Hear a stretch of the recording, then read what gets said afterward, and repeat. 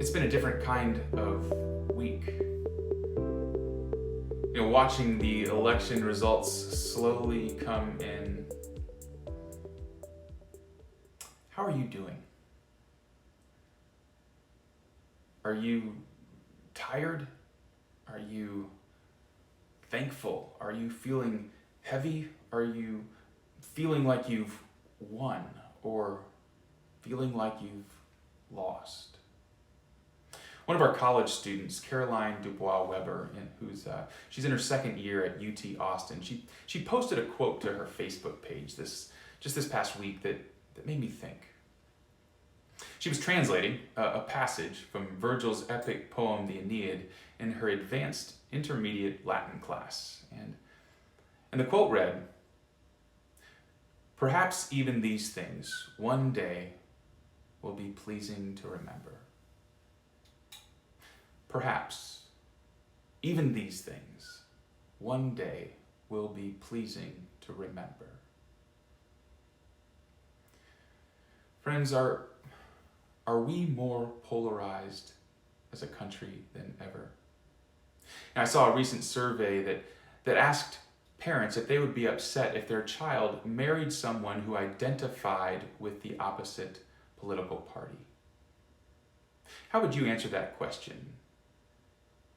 What do you suppose the results were?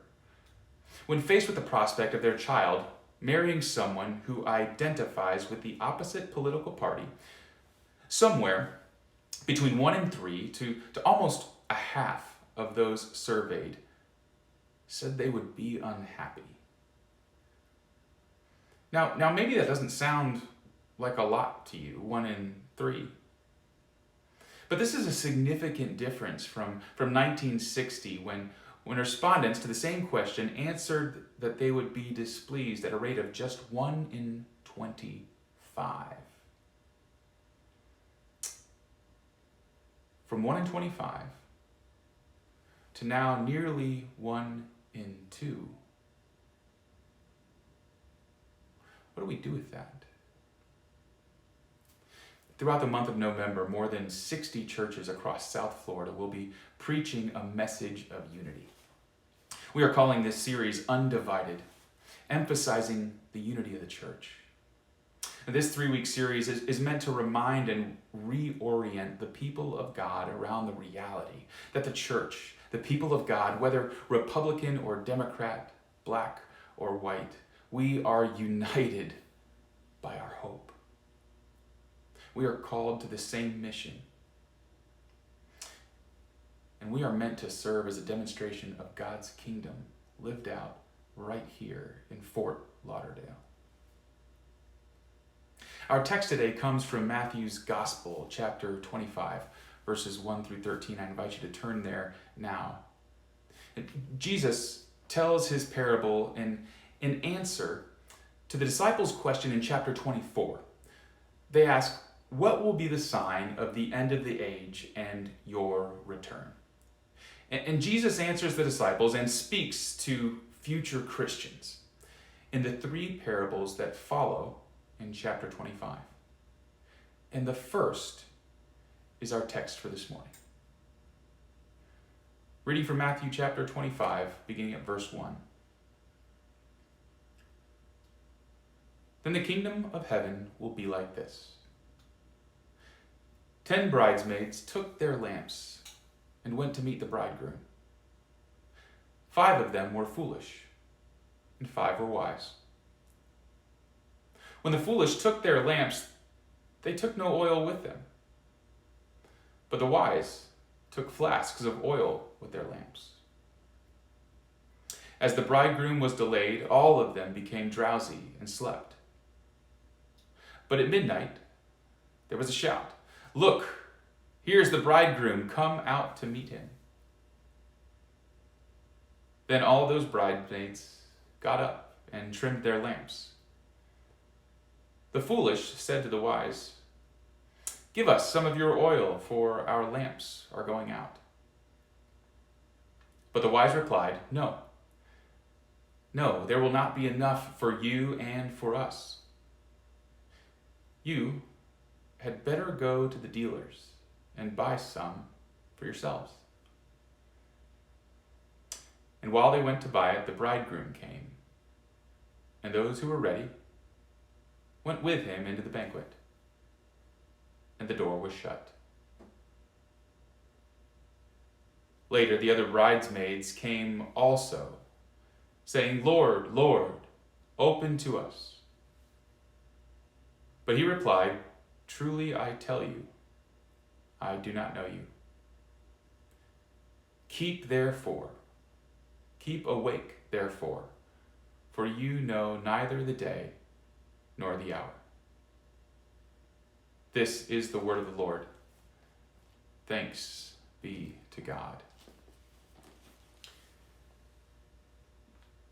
Here in Matthew 25, Jesus describes this wedding custom by which the bride's unmarried friends would wait for the groom and escort him to the wedding feast.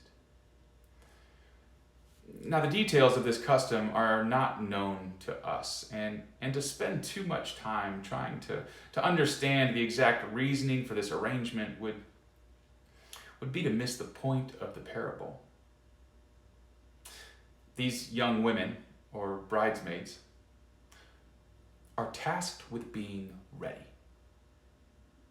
They're to be ready with oil in their lamps at whatever time the groom arrives. And the detail, which we ought to find challenging, is that it is clearly not enough to have the lamp. It must be filled. In other words, they must be vigilant in their preparedness. And it is in this way that Jesus speaks to the church today. We, all of us, are lamp bearers.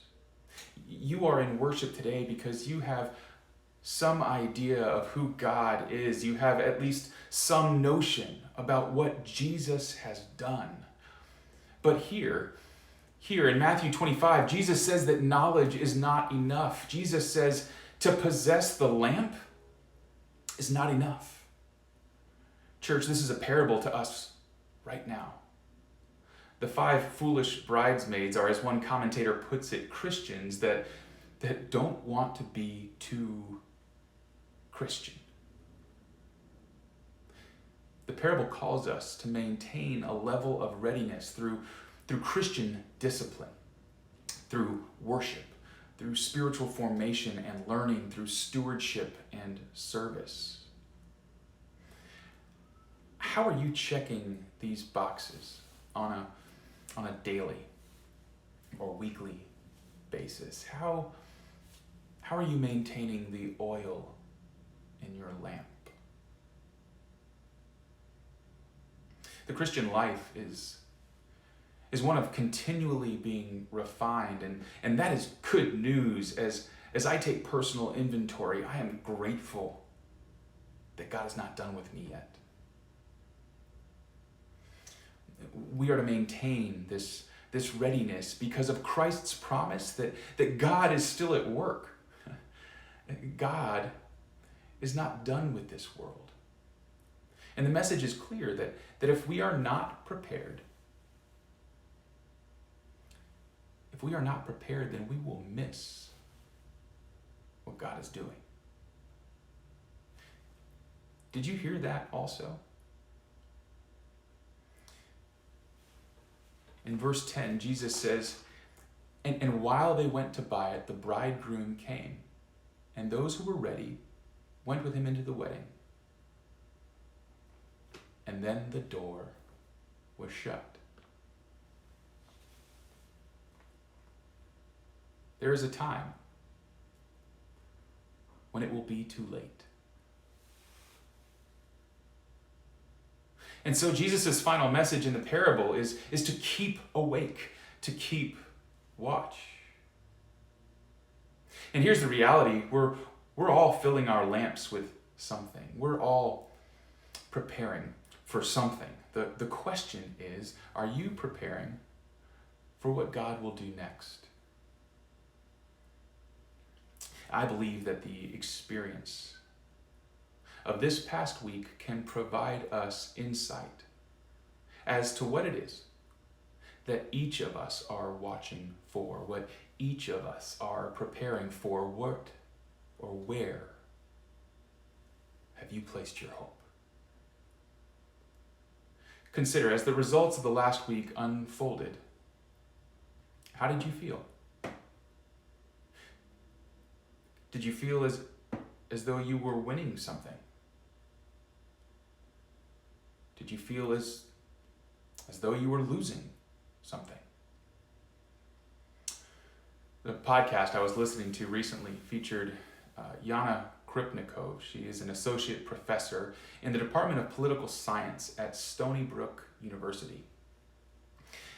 And she and her colleagues were curious about the results of the survey that I shared earlier with you regarding marriage and politics. She and her colleagues wondered if perhaps there wasn't some bias built into the survey somehow.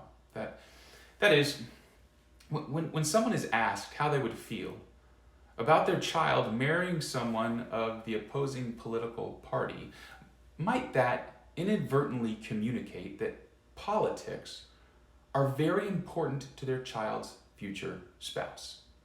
You see, in this survey, that is all they're being told about the person.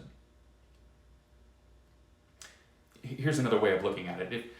If I were to introduce you to someone, but before I do, the only thing I tell you about them is that this person loves to cook,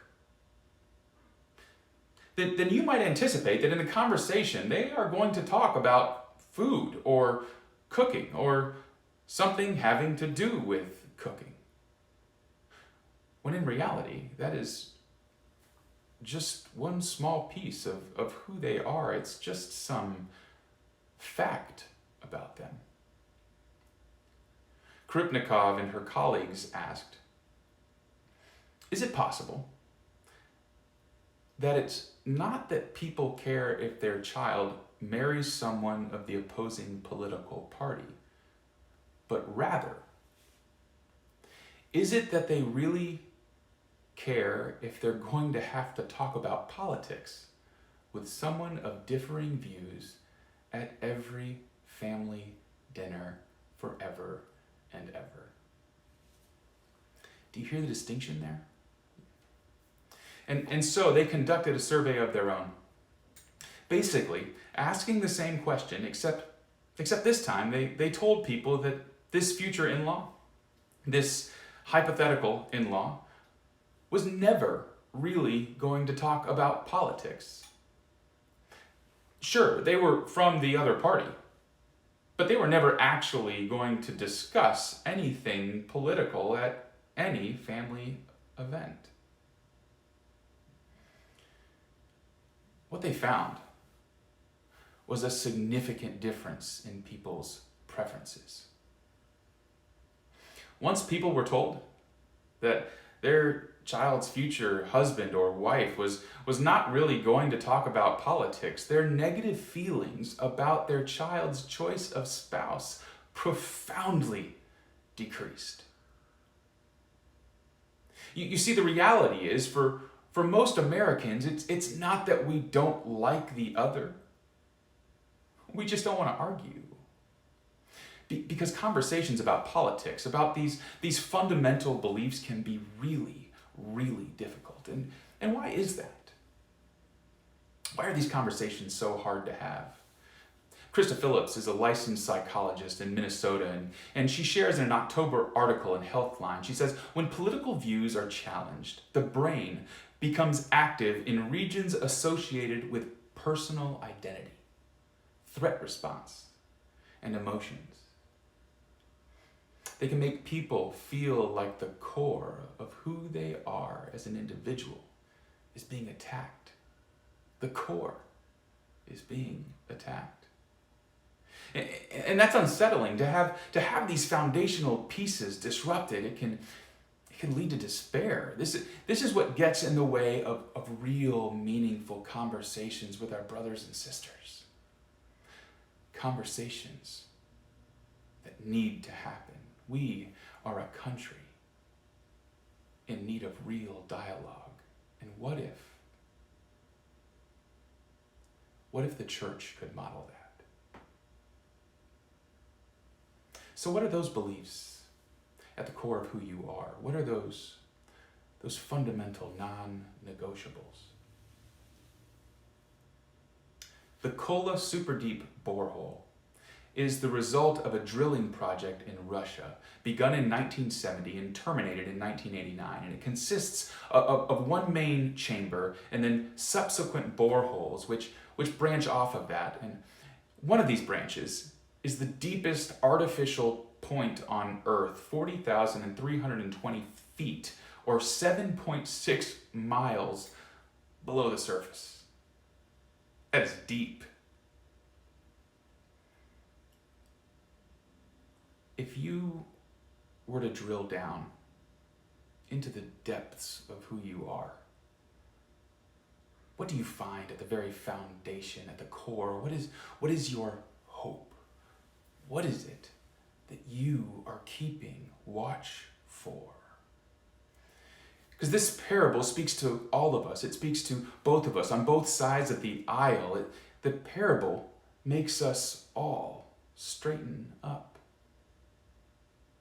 How high and how low you felt may be indicative of what's at the core, or where you're placing your hope of what you've been filling your lamp with.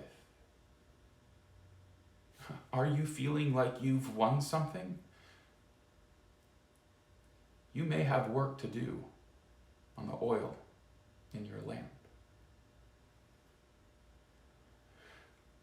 Are you feeling like you've lost something this week? You may have some work to do on the oil in your lamp. I know that I have plenty of work left to do on the oil in mine.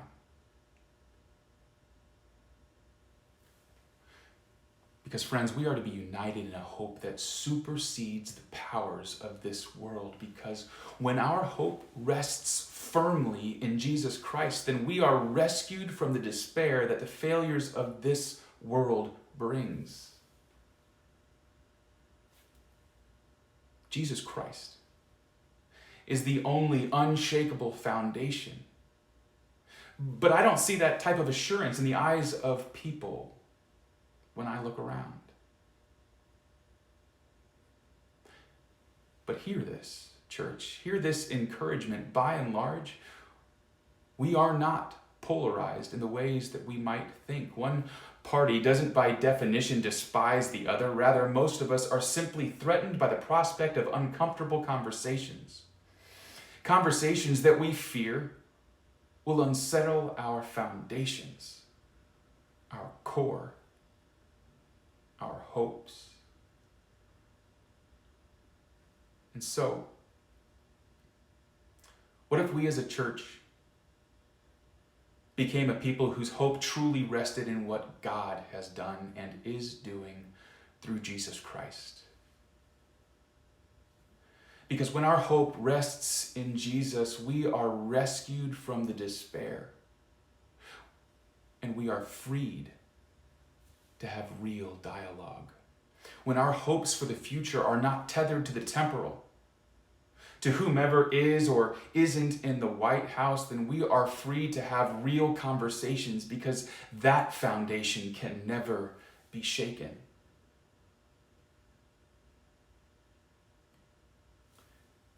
I heard repeatedly from people on both sides of the aisle that this election held grave importance, when the reality is that the most important event in human history has already occurred in the life, death, and resurrection of Jesus Christ.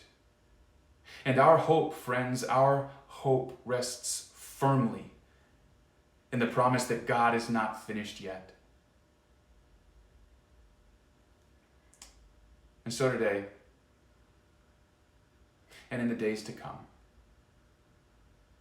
may we find our hope together in the one who was and is to come. That perhaps even these things one day will be pleasing to remember. Because it was when we finally realized together who our true hope is. In the name of the Father, and of the Son,